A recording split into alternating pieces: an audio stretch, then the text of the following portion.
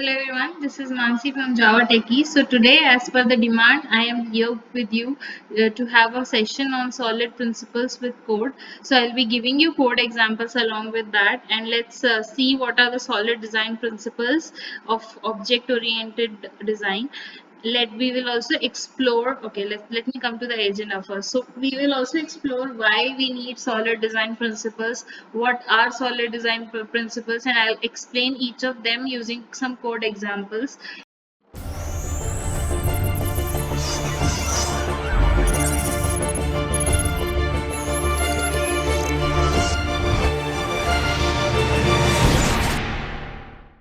And then later on we can have a question and answer session as well.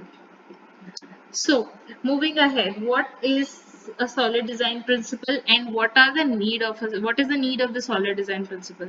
So the need is, with solid design principle, it helps us to write better code. Meaning to say, design principles encourage us to create more maintainable, understandable, and flexible software so that our applications can grow easily and we can reduce their complexity and save ourselves a lot of headaches further down the road. So now let's come on to what are the solid design principles. Solid is one of the most popular design principles in object oriented software development. So what is a full form of solid? So S stands for single responsibility principle, O stands for open close principle, L stands for Liskov substitution principle, I stands for interface segregation principle, D stands for dependency inversion principle. It helps to make code more testable and more maintainable, you can say, and easily understandable. You can extend the software, you can grow that easily if you have properly followed these set of principles. So, and one more thing to keep in mind, do not do anything in your software just because of you want to do it. Have a reason, see what is the context, in which context, where to use which design principle is very important. Do not just blindly go, okay, I want to follow this design pattern and I want to follow this design principle. No, not like that. First, understand the need of your software, first understand the context, and then only decide on which design principle we need to follow. Let's move ahead. So first of all, the first one is single responsibility principle. So let's begin with that. So a single responsibility states that a class should only have one responsibility. Furthermore, it should have only one reason to change. So this is the meaning of single responsibility principle. There should never be more than one reason for a class to change. It should have a single reason for a class to change. Now let me, and how does this principle build a better software? So it helps in improving the test cases. Since the class will have a single responsibility, so we will have fewer test cases for each of the class, and code will be properly divided into multiple classes with single responsibility, single thing that a particular class is doing. Another thing is lower coupling. So if you have a class with fewer dependencies, that will introduce loose coupling instead of tight coupling. Now let's move ahead and see an example. So this is my example. Here you can see I have an interface that is modem, and inside that I have four methods, that is dial, hang up, send and receive. Here you can see that this particular interface is having two responsibilities. First one is connection management, another one is data communication. By connection management you mean that dialing and hang up is part of connection management, and data communication means sending the data and receive. That means this send and receive method is actually a part of data communication. So since this interface is having two responsibilities, it violates the single responsibility principle. So let's see what is the possible solution for this. So here we can actually create two different interfaces, one for data communication and another one for managing the connection. So here you can see I've created a data channel interface with methods send and receive data for data communication. And for my connection management, I've created an interface connection which only manages the connection, that is, it has the dial and hang up method as part of it. So whichever class, whatever implementations you want to provide will be specific to connection management and data transfer. These will not be, we do not need to club them up together. So this is how to work with a single responsibility design principle. Now let's move ahead. Next one is open close principle. So you can see open close is the second one. Now let me tell you what is open close principle. So classes should be open for extension but closed for modification. This is what is open close principle. In doing so, we stop ourselves from modifying the existing code and causing potential new bugs. So here we are enabling our software which should be open for extension. That means you can inherit that, you can do composition and things like that, and modify the behavior of the parent. You can say extend, not modify. Modification is closed. You can extend the behavior of your parent class, and but you cannot modify the existing functionality. So what will it will do for you? It will help you. If you will not modify the existing code, it will not introduce any new bugs. And since you are able to extend the functionality to through inheritance and other things, you will be actually able to provide new functionality as part of other classes. So this is what is open close principle. Let's go to an example of it. So here you can see I have a graphic editor class. It has a method draw shape, and it is taking a type m underscore type, based on which it draws a shape. If this value is 1, it draws a rectangle. If the value is true, it draws a circle. Now I have a draw circle method as part of it, and apart from that I also have a draw rectangle method. Now I have a class shape. Shape consists of this M type, and again I have a rectangle that extends the shape and draws a rectangle, calls the rectangle method, and then sets this M type equal to 1. Similarly for circle I have M type equal to 2. So what are the problems with this piece of code? It is almost impossible to add a shape without modifying graphic editor. That means every time you want to add a new shape, you need to, suppose I want to add a circle, I need to modify the parent, that is graphic editor, to actually introduce drawing a square.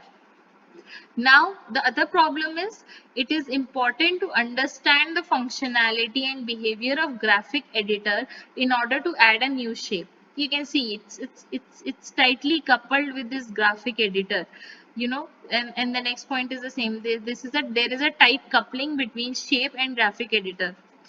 It is difficult to test this specific code. You cannot actually test this shape unless you have proper testing for graphic editor. You need to test both of them together. It's not independent of each other. So it is difficult to test, and there are a lot of if else cases. You can see if I want to add 3 more shapes, I have to put the else cases as well. So this kind of a code is not a good practice to solve. So let's move ahead with the solution of this. So using the open close principle, I have this graphic editor. It has a simple method draw shape, which takes shape as an argument and calls the draw method. Now you can see I have a class shape which has an abstract draw method, and then I have a class rectangle that actually extends shape and provides the implementation of draw method. So here you can see I have done a loose coupling of between the graphic editor and shape. You can pass any kind of shape, like here we can pass rectangle to the graphic editor, you can pass square, you can pass circle, whatever implementations of shape you create, you can actually pass it to the graphic editor and it will call the draw method of that particular implementation.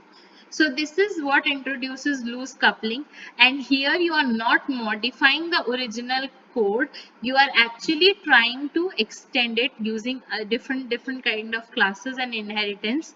You are not modifying the original class, the parent class. So this solves the problem for us. Now let's move ahead. Liskov substitution principle. So for this one, let's Yeah, so the functions that use pointers or reference to base classes must be able to use objects of derived classes without knowing it. That means subclasses should behave nicely when used in place of their base classes. So you can say that in simple words, we can say if class A is a subtype of class B, we should be able to replace B with A without disrupting the behavior of our program. So let's understand it with a simple example. So here you can see this is a violation of this particular example. So you can see we have a rectangle class. We are setting the width, height, and getting both these parameters, and in area it's width into height, as you all know. And then we have a square that actually extends the rectangle. So with square, you know, the area is the both width and height are the same for a square, and area is again width into height. So if you try to bring this into practice and run this kind of a program, you can see what I have done here is I have created a main method inside which I set the width, I set the height, and then I print the area. But right now what I'm doing is I'm returning a new square. So what will happen, I'm setting the width as 5. So it will do a set width, it will set both width and height as 5. Now again you can see the set height is 10. It will set width and height both as 10. And try to run this program. Now the area of a rectangle should ideally be 50, like 5 into 10, right? But since we are returning this new square over here, it will actually turn out to be the width will be overridden after we set the height both the width and height as 10. That means that it will return 10 into 10, which is 100. So you can see this is not a good practice to solve. So this is a violation of Liskov substitution principle. Now let's move ahead. Interface segregation principle. So interface segregation principle simply means that larger interfaces should be split into smaller ones. We should not have an interface which contains so many methods, the entire functionality. So clients should not be forced to depend on interfaces they do not use. So you need to keep them small and specific to what they are actually supposed to do. So if doing so, we can actually ensure that implementing classes only need to be concerned about these methods that are of interest to them. We do not have we do not have a class that has to forcefully, you know, implement certain methods which are not required. If you have a big interface where you have a lot of methods, the implementation classes obviously has to provide some kind of implementation of all the methods. So it's better to keep them short, keep them small, so that you do not need to unnecessarily override your methods into all of the classes. Now let's understand it with an example. So this is the violation example of interface segregation principle. You can see I have an interface worker which has two methods, that is work and eat. Now I can have multiple implementation, like there is a human, you can say man worker, and there can be a robot worker. So for man worker, this work and eat method are actually applicable and you can have them. But for a robot worker, it does not require the eat method, right? So here you can see you need to, if you want to implement this worker interface, you have to forcefully override this eat method into your robot worker, although this is not applicable or not required for robot worker. So we need to keep our interfaces short and specific to what they do. We need to split them so that our implementation classes do not forcefully override them. So now let's move on to the correct approach. So you can see here I have split that into two interfaces. One is workable and another one is feedable. Like I have work, I have eat. As you know, for your man worker, you can implement both workable and feedable. Whereas for your uh, robot worker, you can just implement this workable interface and that will work for you. Now let's move on to the next one. So another one is dependency inversion principle. So this is the last one. So a high level module should not depend on low level modules. Both should depend on abstractions. This is what dependency inversion principle comes up with. And abstractions should not be depend on details. Details should actually depend on abstraction. So this is a little bit complex over here. Let me explain you in simple terms. So use a lot of interfaces and abstractions. So this is what is the meaning of dependency inversion principle. The dependency inversion principle actually refers to decoupling of the software modules.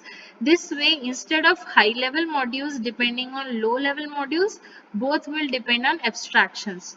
So you can see every application that you build should be loosely coupled. It should not be tightly coupled. So this is what dependency inversion principle is all about. You need to have a software that you need to write such a code that promotes the decoupling of software modules. Your high level modules actually do not depend on your low level modules. They actually depend on abstractions instead of depending on the low level modules. Now let's see with an example. So here you can see I have a employee service and I simply have a employee finder class. So this is the concrete class and it contains all the concrete methods with their implementations. So it just can access the SQL DB. Okay, this employee finder can just access the SQL DB and get the employees out of the DB. And now I have this find employee method, which actually takes employee finder instance and calls the find employee method. So this piece of code is actually dependent on employee finder class, which just connects to the SQL DB and fetch you all the employee details of the SQL DB. So this is actually tight coupling between the employee service and employee finder, right? So let's see how to decouple this. So you can see over here again into my employee service class. Now I have an I employee finder. That means interface of employee finder. It's not an implementation. We just have an interface which can actually have multiple implementations, like not just the SQL DB. Maybe you have some kind of other databases or certain other things, that you can read from some kind of file. You want to read from some kind of XML. You want to mock the data that is returned on this particular call. So with this interface implementation, you can actually inject any of the implementation into that, whichever you want at runtime, and you can find the employees from that particular implementation. Like suppose I want to fetch the data from a file. So at runtime, you can inject the dependency of a particular type that actually implements the iEmployee finder that reads from the file, and you can simply read the all the employee data from that file. So this is something we introduce as loose coupling. We call as loose coupling, and this is the dependency inversion principle of solid design patterns. So I think this is the last one. For questions and answers, you can comment on the video, and we can actually answer all of your questions based on your questions, whatever you ask on the comments itself.